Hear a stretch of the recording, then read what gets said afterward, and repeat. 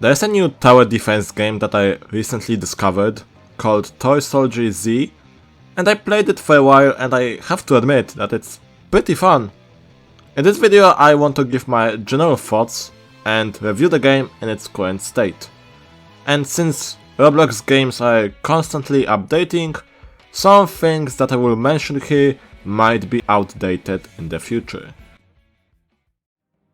SoldierZ is a tower defense game made by CDK Development. If you don't know who these guys are, they're the people behind Pixel Gun Tower Defense, which was fairly popular several months ago.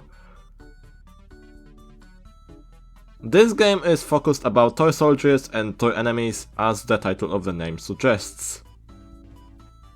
This game follows different type of gameplay compared to games like Tower Battles or Tower Defense Simulator. Instead of having to defend a base from enemies that follow a set path, you have to beat all enemies in the wave while keeping at least one of your soldiers on your team alive. You don't have any base to protect, you just need to protect your soldiers.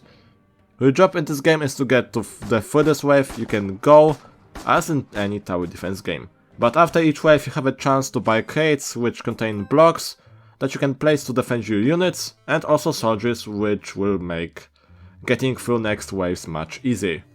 Also, each wave beaten you get a checkpoint and you don't have to repeat all the previous waves to start the next one. Or if you lose. You can also select any wave at any time, and each wave gives you different amount of money or bearers, as it's the game's currency. There are 3 main modes in the game: easy, normal and hard, and also the 4th game mode being unlocked by pressing hard difficulty tap twice. Doing so will unlock the Toy Breaker difficulty, which is much harder than other ones. Aside from crates, you can also merge troops, which allows you to combine troops you already own into new unique ones. For example, I can turn those 5 newbies into a guy which throws grenades, or I can turn those 3 SMG guys and 1 auto rifle soldiers into one having a rocket launcher. Each tower functions differently, and it's clear that a lot of effort was put into them. The game right now has a total of 39 waves, so far, with more waves planned to be added in the future. You also can play with friends, but mind you that while doing so, enemies will be much tougher than usual if you were playing in solo. So I recommend playing with friends if neither of you have already started playing the game yourself yet, but that's not a requirement. I just recommend doing so, it will be much more fun that way. Another unique thing about this game is that the fact that with the blocks that game provides you, you can build pretty much anything you want, and place any troop anywhere you want, as long as you own those things. Also, there is no unit limit. You can place as many soldiers as you want and it won't limit you at all. Although mind you, it might get a bit laggy if you do so.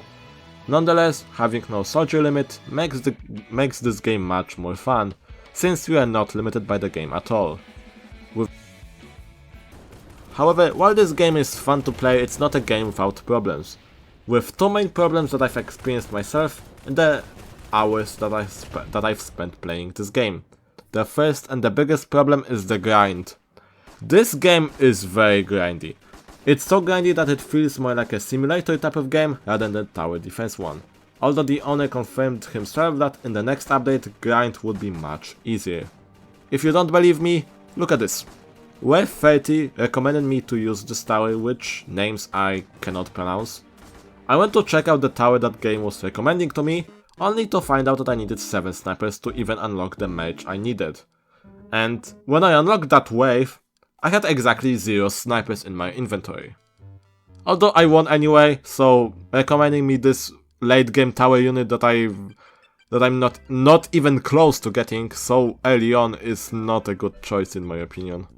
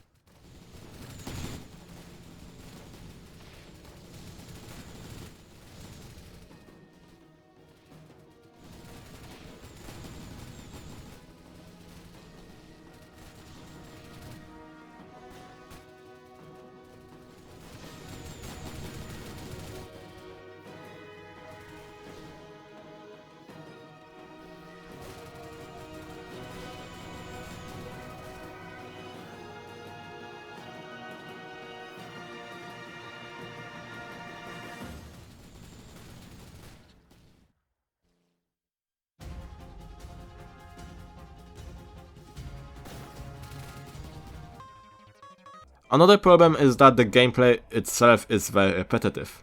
The main gameplay loop consists of something like this.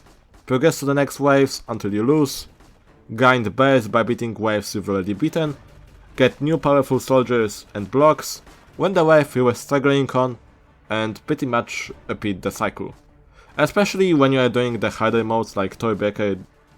Don't get me wrong, the game is still fun despite the grinds. It's just the fact that hopefully they will just make the grind itself not as tedious as it is right now.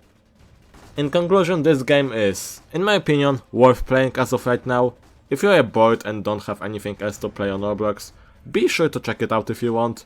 Just make sure to bring friends with you, because playing this game alone gets kinda boring fast. And if I were to rate this game, I would give it like 7 out of 10. I'm actually very interested into seeing future updates for this game, because it is much different from like Tower Defense Simulator, Tower Battles. So yeah, that's pretty much it. See ya.